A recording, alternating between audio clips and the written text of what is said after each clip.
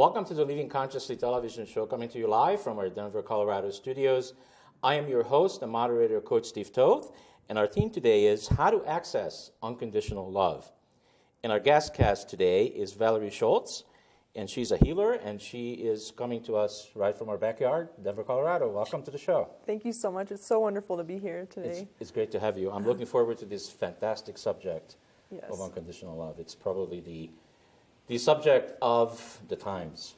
Oh, absolutely. So let me introduce you to all of our cast members today as well. And we have Nina Verderosa. She is part of our Self-Evolution cast, and she is joining us from that city that the lights never go out, called Las Vegas. Welcome to the show.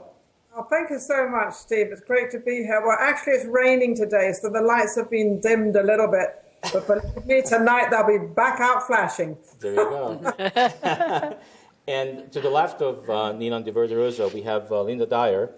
And she's also part of our Self-Evolution cast. And she's not coming to us just from another city or from another country. She's coming to us from down under Australia, another continent. Welcome to the show. Oh, thank you very much. It's great to be here. Awesome to have you. And left to Lynda Dyer, we have Jamie Lerner, and she's also part of our Self-Evolution cast. And she's coming to us from the beautiful city called Chicago, where I guess Chicago is called the Windy City, yeah? I believe Yep. so. There you go. Thank you. It's great to be here. Well, welcome to the show. So I would like to get all of us to get connected to what unconditional love is. And I think what I'd like to do is request everyone to come up with a name that you know of who's been loved from your perspective, who's been loved the most in the world. Who would that be for you? Like in the physical form? Physical form. Oh, that's a really interesting question. That's all I have is interesting questions. Right. So get fired up, Valerie. Yeah. Right now, the most loved person, the first name that pops into my head right now is Mother Teresa. Okay, she's great. not here anymore. But. Fantastic. All right. What about you, Nina? Actually, Unconditionally is my brother, who I happen to be going to see next week. He's been my absolute child since day one he was born. And he's 9 years younger than I am, and that's just unconditional love we have. I hope that fits into the arena, but it fits for me. No, it doesn't really. So I need you to think right now, in your perspective, in the world, who is somebody that you can mention their name that, in your perspective, is loved the most by everybody? Well, in the world? I do somebody. Do they have to be alive? Because I had somebody. No, they don't have to be alive. Okay, Hal Roach was he was the living legendary of the film industry in Hollywood, and he was one of my greatest friends and just an incredible person. So he definitely is my number one. Okay, great. Thank you. What about you, Lynda? Yes, I also thought of Mother Teresa. My mother actually reminded me of Mother Teresa, that unconditional love. You just couldn't stop giving love to them. But also the Dalai Lama, that presence, just amazing. Yeah, very good. All right, thank you. What about you, Jamie? Nelson Mandela. When I think about Nelson Mandela, I think that there's much unconditional love for that man who is still with us today. So, yes. Awesome. All right, the one that comes to me is Jesus. Okay, so one more thing I'd like to just put on the table, and then we'll start talking about this incredible subject, and that is the one experience that I have from my own life that always connects me to unconditional love is when a child is being born. Mm-hmm. And what does that bring up for you, Valerie? Do you have kids? I have a daughter. Mm-hmm. Okay, so what was that like for you when you were in the presence of your daughter being born? Yeah, that was, just that, like, as soon as you said that, just feel like that, my heart opened, and just that joy, that genuine joy, joyous feeling. When she was born, it was just like, I felt like my whole perspective on life shifted, and just, tapped into, like, unconditional love with her and through her. Awesome. What about anybody else on the cast? Anybody that remembers when you were in the presence of either your own child or someone else's child being born? Yes, absolutely. My son took 4 days to come into the world. He started on Friday and was born on Monday. Lucky I was in the fitness industry. He fell asleep. You know what? I still, it was the most precious. It was the most precious time of my life, and I remember saying I would do this again for this such joy. But I don't think it's just around the birth, Steve. When I think back, for me, unconditional love for me was the minute he was conceived. I knew, and I used to hug my belly, and I used to hug him and talk to him, and I just had this unconditional love for this presence inside of me from the get-go. Wow. Yeah, fantastic. What about you, Jamie? Well, I had the privilege and pleasure of help deliver my granddaughter 15 months ago, and that was just amazing. And talk about unconditional love and joy. But, it's interesting. I think what happens is that when we're either in the presence of a birth or we have the opportunity to just be part of a family where there's a birth, we reconnect to ourselves. And that is what exactly we're feeling. It's that rebirth of connection with ourselves that we actually have access to all the time. But something about a birth, it just is the most natural way to reconnect us back up. So it's just a wonderful way of being all the time if we can tap into it and stay in that place. Mm. It's like the remembrance of the life force, or the pulse of life, flowing through us when we see a child being born. Yeah, mm-hmm. I totally feel you. Mm-hmm. All right, so Valerie, is love, from your perspective, is it a feeling or is it an action? I would say it's both. It's actions are going to come out of the feeling of love, and sometimes you don't even have to have thoughts coming from your mind to act from love. It just kind of comes naturally, without analyzing or thinking of what it is. It just happens because it's coming from love. Right. I kind of feel today that it's more of an action. It's more of, for me, it's more of about who I'm being, mm-hmm. and how I am treating myself and how I'm treating others, mm-hmm. is really what love seems to me. Because I feel that the feelings, they just come and go, and I have a funky example like what goes haywire, I think, in relationships is that we fell in love with somebody or fall in love with somebody, and then everything goes fine, and then we have expectations that that love is coming from the other person, and when we feel, and help me understand, what happens when we all of a sudden feel that love is not there? What is that? Where does that come from? I love that question, and I feel like, and I've been working on this so much in the last couple of weeks, I feel like it's when we lose that balance. Because if we want to be able to continue giving love or receiving love from somebody else, we have to be able to give love to ourselves. And so I feel like it's that tapping into the unconditional love, or tapping into the source of love within ourselves, will allow us to continue kind of fueling a relationship or fueling a companionship. So maybe when that feeling runs out, it feels like, to me, it's just one of those moments where you kind of find imbalance.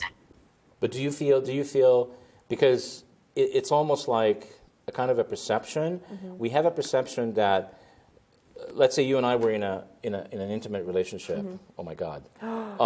But all of a sudden, I would go, like, I'm not feeling the love, right? Mm-hmm. Now, is that me or is that you?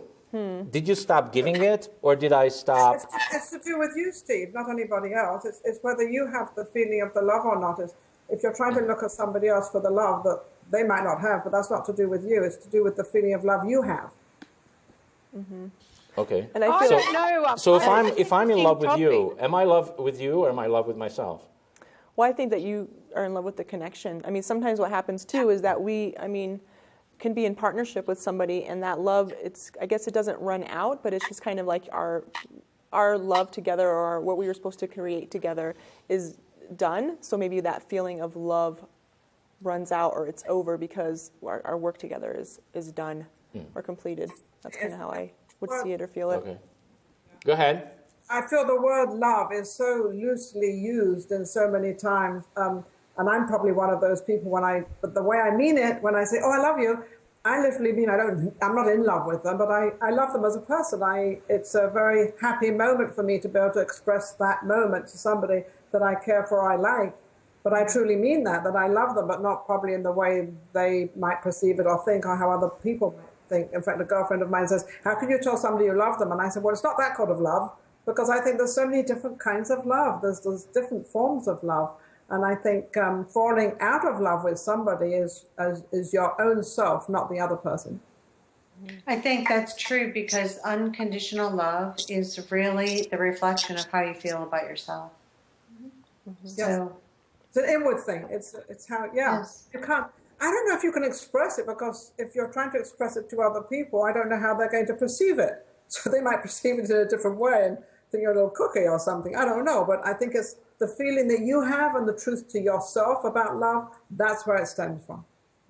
I love that. Sometimes, for me, I was just thinking that when I say that to somebody, I love you, it's kind of that appreciation or acknowledgement. Like, I see you, I see where you are or what you're doing, and I acknowledge it and I appreciate it. I love you, and I love, that kind of thing. So it's not necessarily like I'm in love with you, like you're saying, but it's kind of... Well, there's different types of love. Yeah, We're talking about unconditional love. So I'm wondering, maybe we should explore a little bit, what is conditional love, and what do we do with conditional love, and how does it show up in the world? What's conditional love? I would say most people are in conditioned love or conditional love. What does that really mean? I mean, if I can just see it like in a family, like dynamics of a family where it's, oh, my mom loves me when I do this, or I'm not going to get this from thinking of like through a child's eyes, maybe like the condition of, my mother's love towards me is dependent on how I act or dependent on what I do. And so I feel like kind of those are just like the systems that are sort of in place right now that are saying that love is conditional, and it's conditioned on what you do or how you act or who you are. Mm-hmm. And that's the kind of creates the falsity of thought of, that love is going to run out. What you were talking about in a previous relationship, Bob, I was married for 20 years, and I noticed that when I was automatically just getting involved with my ex-husband's children, because, I just have a knack of being with kids, and, I'd take them skiing or take them here or take them there, and I was just having fun with them. Our relationship was amazing. And I thought about it one day, and I thought, isn't it interesting that our relationship is amazing when I'm really amazing with his kids? And that is something I don't necessarily want to have as something in our relationship. I want us to feel just absolutely unconditionally in love with each other, despite what the extra circumstances are. But that is really about the relationship that you have with yourself, because think about it, when we're so connected with ourselves and so allowing and forgiving of who we are, we extend that to everybody. So it starts with self, all of it. Mm-hmm. So I'm noticing that I think it's pretty easy for anyone to generate unconditional love when everything is working. Like when your job is going well, you're in a good relationship, you've got everything that you think you need to be happy, and when all those conditions are met, conditions, then all of a sudden it's easy for us to be loving to ourselves, be loving to others. But the challenge is, what happens when something goes off in any of these areas? What happens when all of a sudden we lose our job, or we go through a divorce? What happens? The first thing that happens is that we have a different relationship with ourselves. We are feeling less than within. And then that gets reflected back outwardly. So once again, I think it is always that ongoing conversation and relationship that we're having with ourselves in terms of the either disappointments that we may be experiencing, or how we're responding to situations in our life that are less than ideal. But it really goes back to that individual, ongoing internal conversation. That's my belief. I feel I agree with you with that, and I feel like when you are tapped into that unconditional love, I feel like it's just that feeling of being full. When you're full inside and you're feeling whole inside of yourself, then if those things happen, you can kind of take a step back and not take it, this is happening to me and just kind of take it as a personal attack or take it as, why is this happening to me? But if you're able to kind of breathe in and just really tap into that love space, you can understand that whatever's happening to you is for a higher purpose or a bigger reason than just what you're witnessing or experiencing in that very moment. Yeah. So I think that's the difference. And I mean, just feeling if you're full of it, if you're full of love, then obviously, to me at least, then those things don't impact you in such a negative way. Yeah. So I just had a recent experience of this that I'd like to give as an example, and then I'd like to ask each one of you to bring something, a different example to the viewers, because I think by example, people will be able to identify this much better. So my recent example is I kind of taken I have a stepson that I kind of taken under my wings and helping him, and he recently got into a lot of trouble selling drugs, and so he's got to be really straight right now, and he's got to do UIs, and he's got to call this phone number, and they tell him every day if he needs to come in and get a UI or not, and he took the responsibility of getting a car, and I helped him get a car, get it all financed, and he was very clear from the beginning when we did this is that, now that he gets his car, he's going to have responsibilities, and he's going to have to make sure that his payments are made. So I've noticed that a couple of weeks ago, he missed an entire week of work, okay? And I told him that I get it. You missed a whole week of work, and that's going to catch up with you sooner or later. And then a week later, he missed another couple of days, and I made a comment again. I noticed that you didn't go to work, and how do you think this is going to work? And the reason why I'm giving this example is because for a lot of people, loving seems to be it's all the nice and wonderful things that we do and say, and you cannot love the way I was, like people have this perception that you cannot love somebody the way I was loving him. And the way I was loving him is I put him on notice that, dude, this isn't going to work. I can predict what's going to happen. So what happened is yesterday he got a phone call from the car finance company and said, we need the payment now. And the first thing he did is he came to me for money. So guess what I did? I said, it's not going to happen. Because if I give it to you, I mean, I have the money, I could give it to you. But if I give it to you, 3 weeks from now, the same thing is going to happen. You're not going to learn anything. So because I already lended money to him, and I told him last week that you reached my limit. Okay, so I'm not going to, don't ask me for any more money because I'm not going to give you any more. And so he was fine, but then he got into this big trouble, and he asked me, and I said, I got to remind you, what I told you last week, no more money from me. Okay, so you got to go generate it somewhere else. And so what do you think of an example like that where, and I guess some people refer to it as tough love, that I still love him dearly. It's his irresponsible behavior, and that he thinks that he can get away with anything is the part that I'm not loving. It's that, I mean, I'm loving him as a human being. I really do, and I really would like him to do well. And I don't know how he's going to do well if he doesn't learn these lessons. Okay, so I want to say something. I think that from a very early age, the mistake that parents make is that they tie their love to their children's actions. And children at a very young age learn, unfortunately, that consequences of not doing or being who their parents think or say they should be will be withholding of love, or it will be a sense of disappointment, which translates for young children into feeling not loved.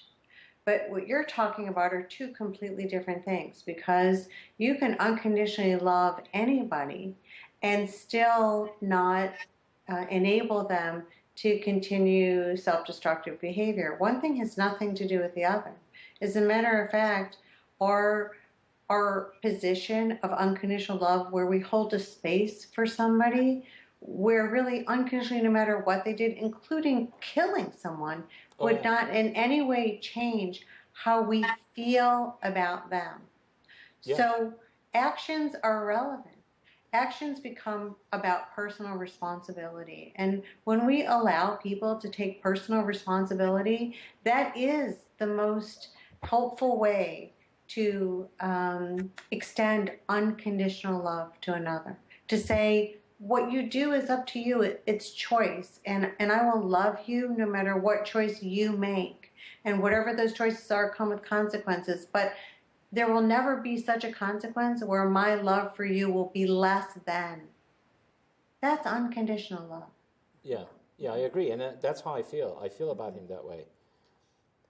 Yeah, I feel the same. But at the same time, I'm willing to speak up. Because what I'm noticing is a lot of people are not willing to speak up. Right. When there's something negative happen, they'll just go, oh my God, I rather, like his father, his real father, he'll just basically, he doesn't say anything, Yeah, he'll just runs away from it. Well, the other thing is I really think it's helpful for, as parents or mentors, to say to the person we're parenting or mentoring, you know what's best for you. To give them back that power and to allow them to feel that whatever choices that they are going to make, they know ultimately what's best for them. And that in so many ways allows them to embrace all of that decision making, and the outcome is theirs completely. And that's another way to really extend love to someone, is to just give them ownership. Yeah, and it's like, I'm not loving you based on the choices that you're making. I'm loving you because of you. And that love is unconditional. It's more like you are helping him, learn a lesson by developing healthy boundaries with him. These are the choices that you make, and when we have, like actions have reactions, or our actions have consequences, however it's going to be, and you're showing him that, and you're still, by not offering, by not giving him judgment or by not judging him, you're just giving him unconditional love. Yes, great, I see you, I feel you, I'm witnessing what you're doing, and I'm not going to, like you said, Jamie, enable you to continue doing this behavior. Yeah, I personally won't. I mean, I just, that's basically just a limit that I was willing to, I put a stake in the ground. And that's my part of it. But what he does is completely up to him, like Jamie said. And I'm fine. Whatever he does, I'm fine. I'm still going to love him. And I'm the same way with my kids, by the way. You still love him? Okay, who's got another example that's kind of not similar, but in the same context? I don't think I have sound. Yeah, we can hear you. Oh, you can't hear me? Oh, okay. that was fun. I was asking you, Steve, do you still love him? Oh, absolutely, 100%. And how old is he? Pardon me? 22. 22. Oh, well, he's going through those funny years. Okay, well, I'm glad you still love him. Hey, and guess what? I did not forget for 1 second when I was talking to him, or anytime I talked to him, what was I like when I was 22? Well, but the beauty of it is that he doesn't have to tie any of this to the relationship that he has with you. He knows and feels secure that no matter what, that, you're in his life as just this loving, accepting, supportive person. And what a gift. Just what a beautiful gift. It's wonderful. Yes, but sometimes, sometimes people confuse support with, like, I'm gonna call somebody and ask him for money because that's what I need right now to get me out of trouble. And if they say no, that means they don't love me. How often do you know that this happens? Okay, That's the I conditional think love. that anybody that does anything for anyone else should do it with both hands with no expectations. So if I'm going to do something for you, I'm going to do it with two hands. And whatever you're going to do with what I've done with you, it's up to you. And I have no expectation about that.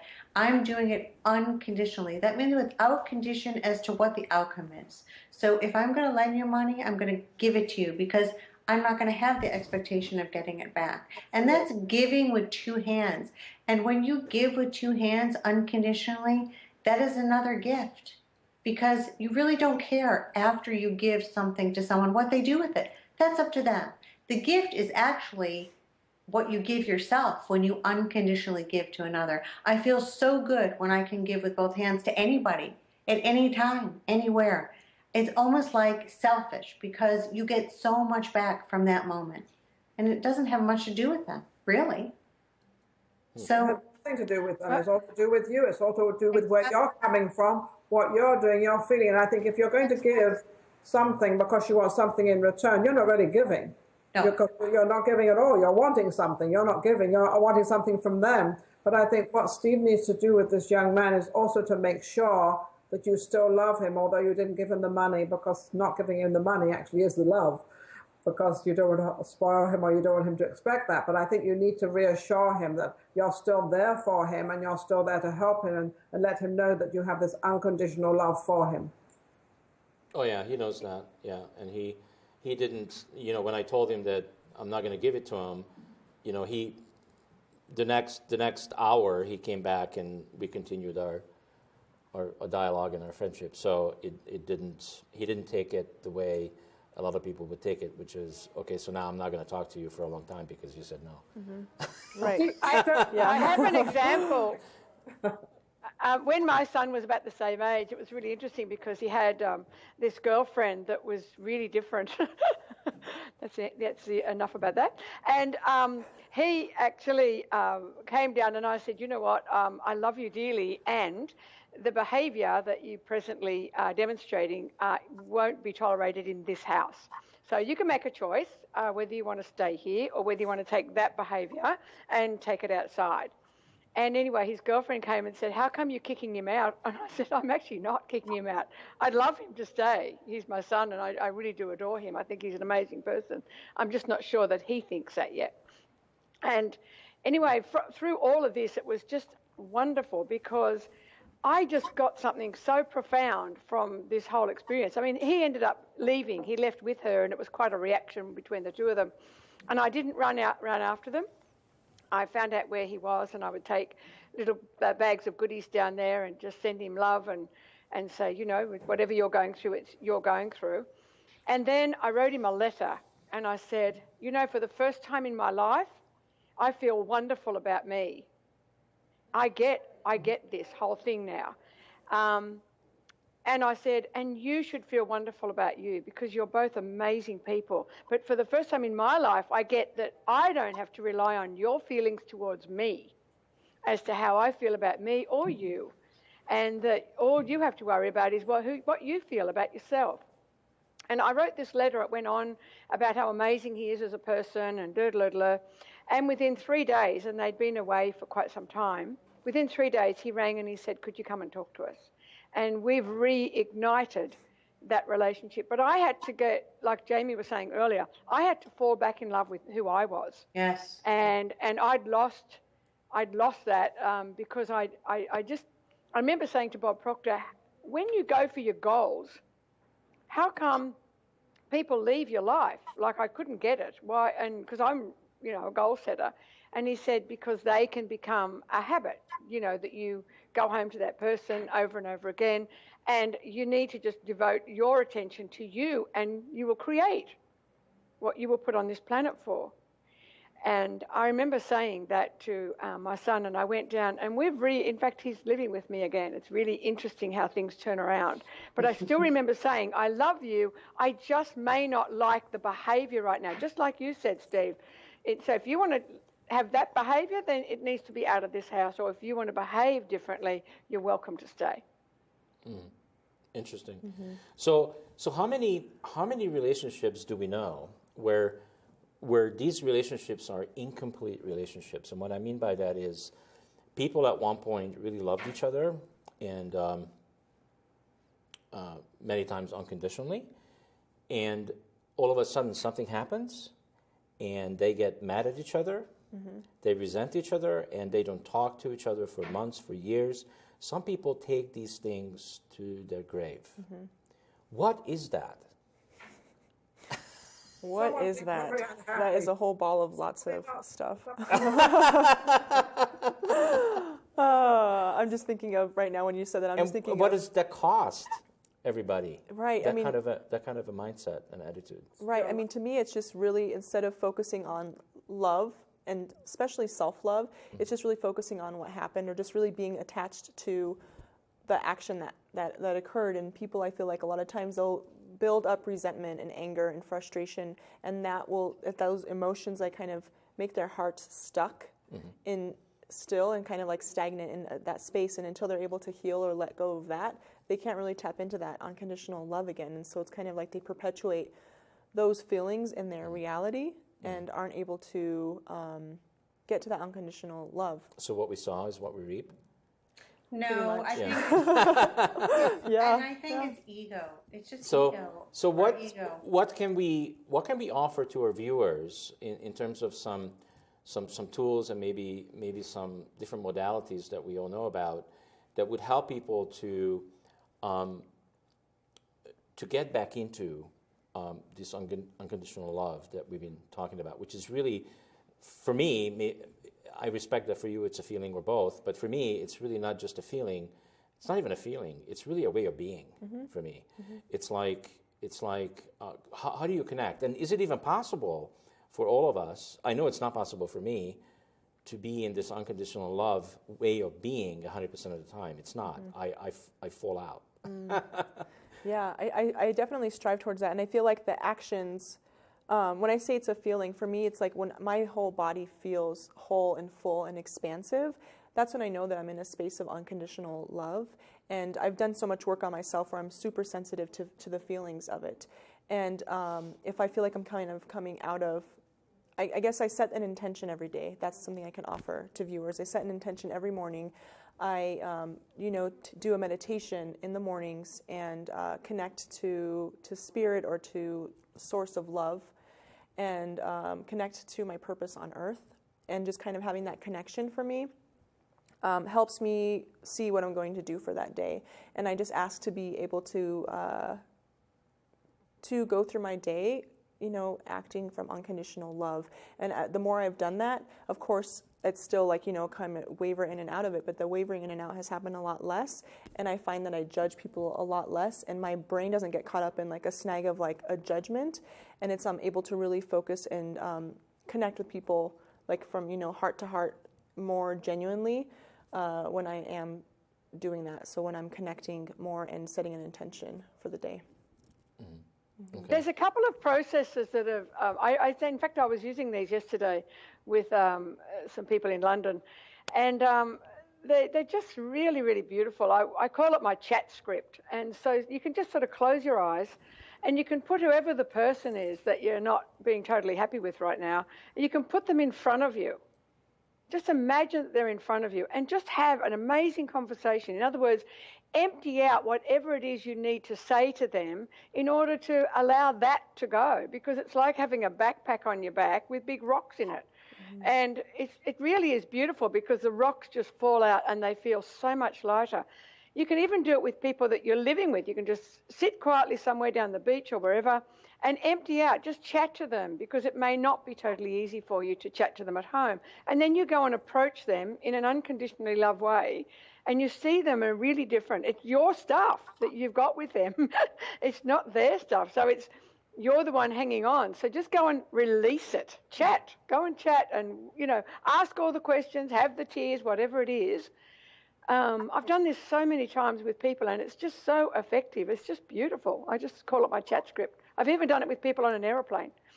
Just wonderful. And people leave the aeroplane and go and reconnect with their grandma that they haven't spoken to for 20 years or, whatever. But it's just a beautiful way of I like that. letting it go. Along those same lines, sometimes if I'm having problems with somebody, I will kind of in my meditation, I'll just say like whatever it is that, I forgive you for whatever it is that you've done to me, and, please forgive me for whatever it is I've done to you.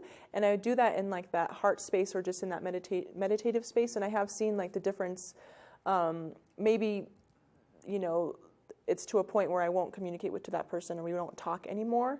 But like feeling that space, feeling in peace with myself and feeling in peace with that person.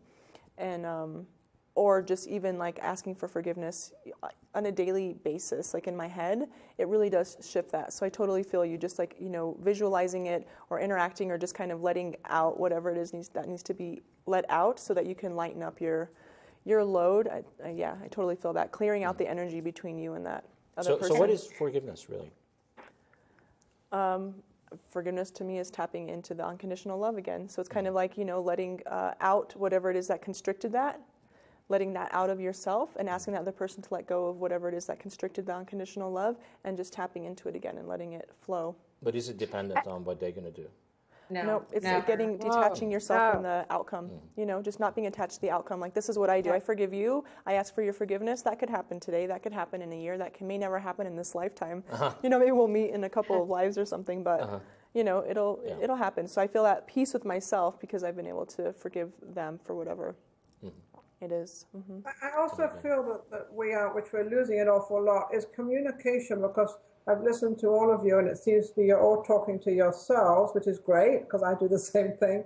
But also I do feel that we have to have communication with that other person if you're upset about something or something's gone wrong or something, to have that communication with each other. I think that's very, very important.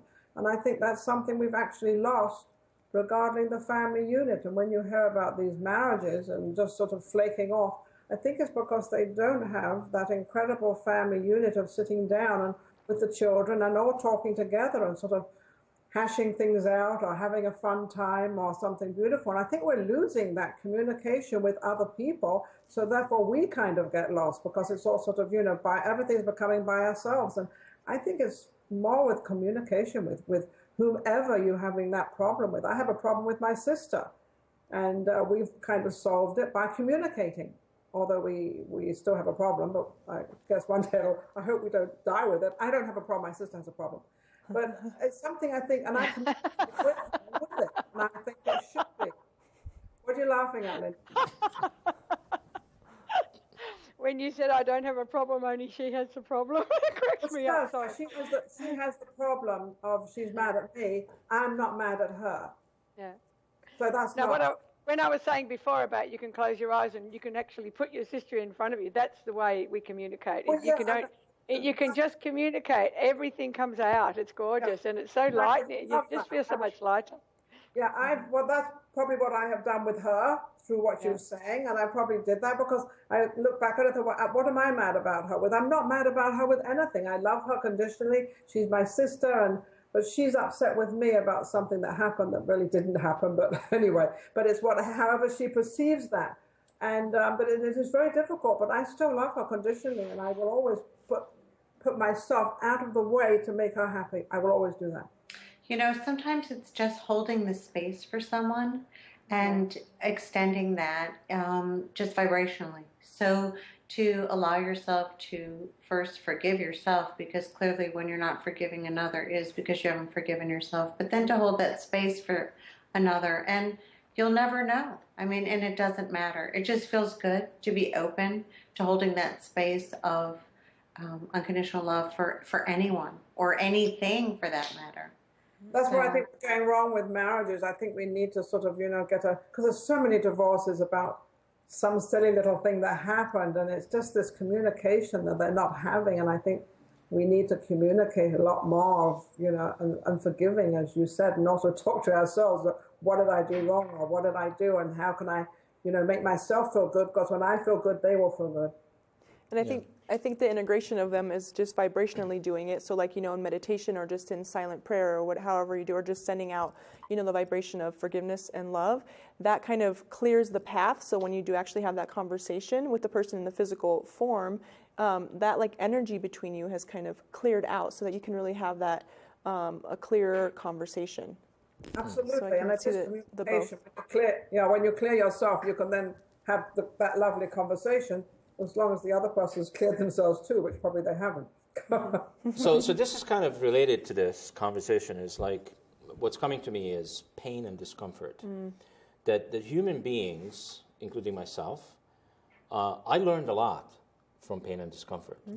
So I'm at a different place. Not that I still don't learn from that, but I'm at a different place in terms of, especially what we're talking about today, which is unconditional love. How do we learn? How do we grow when we're in a place of unconditional love? Why do you assume that you need to be in pain to grow or to expand? I'm not sure. Do you feel that pain expands our consciousness? I hope not. No, explain that. Let's go back to the example that I gave earlier. So here's the thing. So my stepson is about to lose his car. Okay, they basically gave him until Wednesday. He doesn't come up with the money. They're going to come get it. Okay. So that's going to cause him a lot of pain and discomfort. Do you know how I know? Because it has happened to me when I was young. Well, you're projecting that on him. You don't really know what it's going to cause him, but Oh, come on. He might not care. He might not care. It actually might be a big relief for him. Oh, come on. Okay, so let's talk about it from your perspective then, Jamie. Yes. Have you had any pain and discomfort in your life? You know what? I really have always chosen to see it as contrast, not pain and discomfort, but contrast being something that other than what we are wanting in this moment. And that's it. But suffering and pain for growth, I disagree with that. I think that is absolutely ridiculous. And I don't buy into that at all. I just think it's absurd. I think that when you have some contrast, you are so much clearer about your desire. And when you're clearer about your desire, then it's easier to expand your consciousness. That's it. That's the story. Now, if you want to go into pain and suffering and all that, I think a lot of people buy into that. And I really just think it's just a bunch of not true. They're creating that themselves. I think it's a lot of drama. It's a lot of drama. I'm not suggesting that I want to go into that. That's something you're suggesting. And Jamie, you think that I'm making these assumptions. I'm not making these assumptions. I am just coming to you, all of you as a cast member, and to the viewers from my own experience in life, because I haven't forgotten the parts of my life when I was unconscious. Well, I think it'll be. And I did have to learn based on pain and based on discomfort. That's the only way I would learn. Okay, well, that's you, but I think it'll be. Yeah, that's me. And I'm not saying that my godson is going to be the same person. I'm just saying that I had this conversation with his father. His father said to me, I can't stand witnessing this. He was feeling pain and discomfort himself. And I suggested, don't worry about it. This is just part of life. He was feeling. Okay, so your son is going to have to go through whatever he's going to have to go through to get to wherever he wants to get to. That's all. The father was feeling guilty of what was going on with his son. Hold on, I just want to say one thing, because this is very important. Because you had an experience similar to this when you were his age and you went through pain, you are assuming that this boy is going to experience the same thing. And No, I didn't say that. You said that. What I'm saying is, okay, so there are probably millions of cars being repossessed every day. Exactly. So there are probably millions of different responses that people have when their car gets repossessed. Exactly. Some of them it will be a relief. Based on who they are and based on where they are in their unconscious or conscious path. Exactly. Correct? Absolutely. There's no doubt about that. But I don't think any of it needs to be. I'm not making any assumptions about what he's going to feel because I have no clue. I have a hard enough time just to figure out what I'm feeling. Okay. Not alone trying to figure out what somebody else is feeling. But I think his father was tapping into his own experience when he was that age, and he's assuming that he cannot watch his son go through something that he, in fact, experienced himself, which is projection, which is why a lot of people turn their backs on other people and do not allow them unconditional love, because we cannot stand to see or to witness another person go through what we went through. And so we cut ourselves and them off. So this is a perfect example of how people stop the natural flow of unconditional love to one another, because unconditional love is the most natural thing. We are born with it. It is innate. It is part of how we flow. So, and it's easy. It's calming. It's so calming. The rest is stuff. Well, we create our own problems. We create all the things that go on. We create them ourselves. We don't. 80% of the time that we cut ourselves off from other people is based on projection. It's based on how we are feeling about ourselves or how we are perceiving the other person is feeling about themselves. It's all an illusion.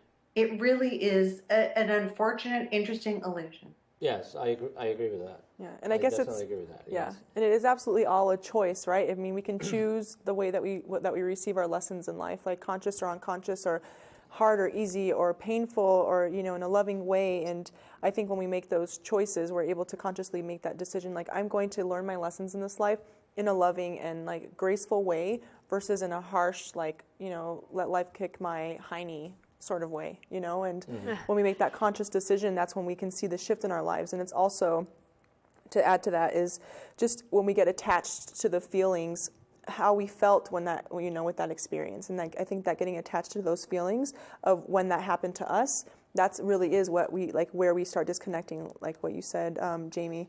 And so just kind of detaching from those feelings and just allowing. The allowing, I feel like, is the unconditional love. The allowing is that expansion. Like, I'm going to allow this to happen. I'm going to witness you. I see you doing this, and I'm going to still love you. And I can probably, give you some good advice, or, offer you an ear to hear you, to hear what you're going through.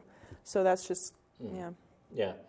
Well, yeah. For me, it's really, these days, it's about the unconditional love that I have for me first, and I'm noticing how I'm generating that, and I know that I generate it because I pay a lot of attention to how I'm taking care of myself, on a daily basis, and what comes to me, what is being attracted to me based on who I am being, and based on the experiences that I'm having. I choose my experiences very much based on, do they feel good to me? And if they don't, I run and get rid of it as quickly as I can, because that's just what works these days for me, And I think that's how I want to continue my life. Is that everything I would like everything to be in a perfect flow with who I am being, and if I'm constantly connected to love and my love for myself, naturally I'm going to love everybody that comes into my space. Right. And you're going to attract loving, connections and everything. So I just have to say that maybe that is you taking action based on feeling. And also feeling feeling love. I'm using or the feeling feeling. love for yourself. I'm using the feeling to notice. Like, I have right now no other way of noticing. Like, if it doesn't feel good and there's something happening in my body that's weird, that's the feeling that tells me that there's something weird going on and I need to pay attention. Right. Right. When I'm in this loving, unconditional space, it's so good that I don't have to pay attention. It's just natural and loving. You know what? When you are in that place, you are the most conscious that you could be. So we can grow exponentially from joy, from just holding and being in that place. That is where our growth comes from, not from the struggle and pain. We have it all wrong. It's all wrong. But that's exactly the reason why I asked the question the way I asked. You see, sometimes you ladies, this thing getting hung up that I am moderating the show. And sometimes I have to say things that may have nothing to do with me or where I'm at. I'm just being the viewer. And I'm asking maybe sometimes a stupid question or whatever. And then you guys just jump up like, What the heck? Well, How can you say this? You do frame the question as of thinking of myself and coming from me. So when you put that into yourself, we react. Yeah. So by saying that, because if you say, well, this is my opinion, this is how I feel, this is how I do it, then normally we're not thinking of you as being out there of anybody. We're thinking you as being seen. You know, and I don't even like to refer to it as my opinion, because I've noticed that if I give my opinion, that's really my ego. and I really don't care about my ego giving its opinion, because I don't know nothing.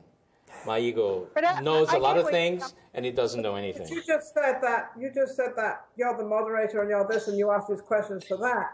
Well, you're saying that as well as saying, this is about what I feel like, this is about me. So we're thinking, you know, this is what you're thinking, this is how you are. So when you say you're giving your opinion, we're thinking of it of you.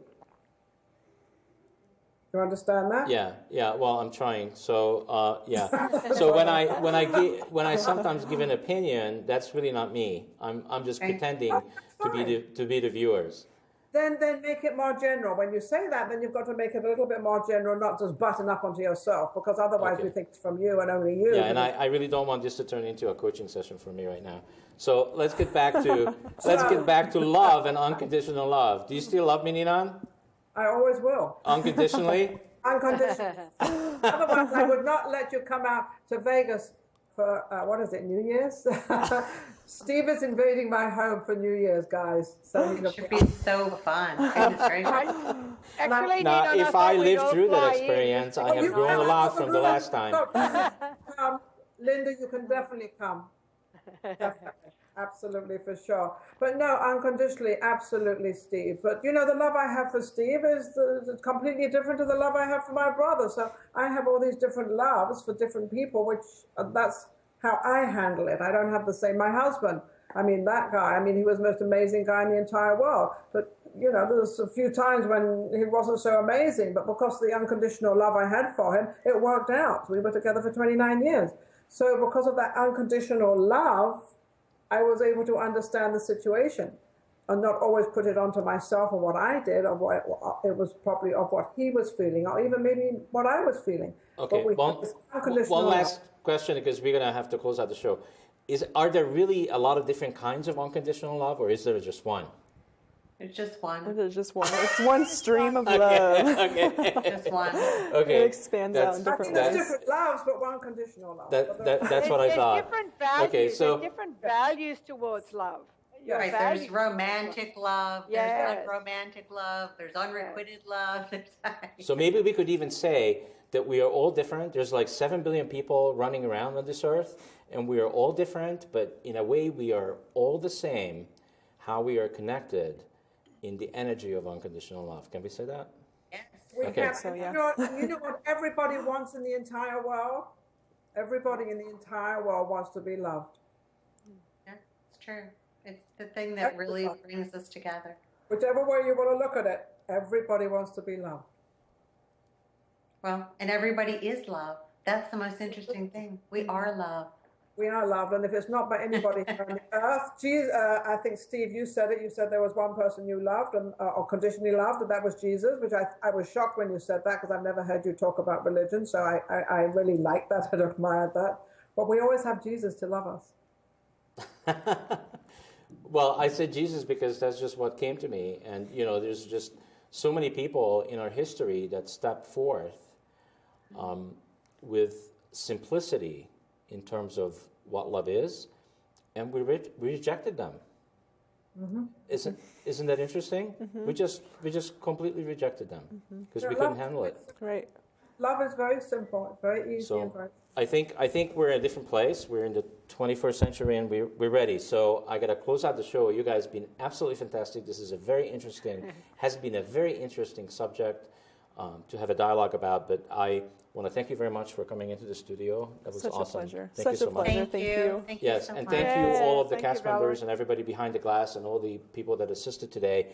Thank you very much, and all of our viewers as well. Thank you so much. So if there's anything we said or anything we did that touched, moved, and inspired you today, please go to our website at livingconsciousness.tv or to consciousevolutionmedia.com and begin to have dialogues with us on our websites. Thank you so much, and we'll see you next week. This is a weekly show, so we'll see you next week.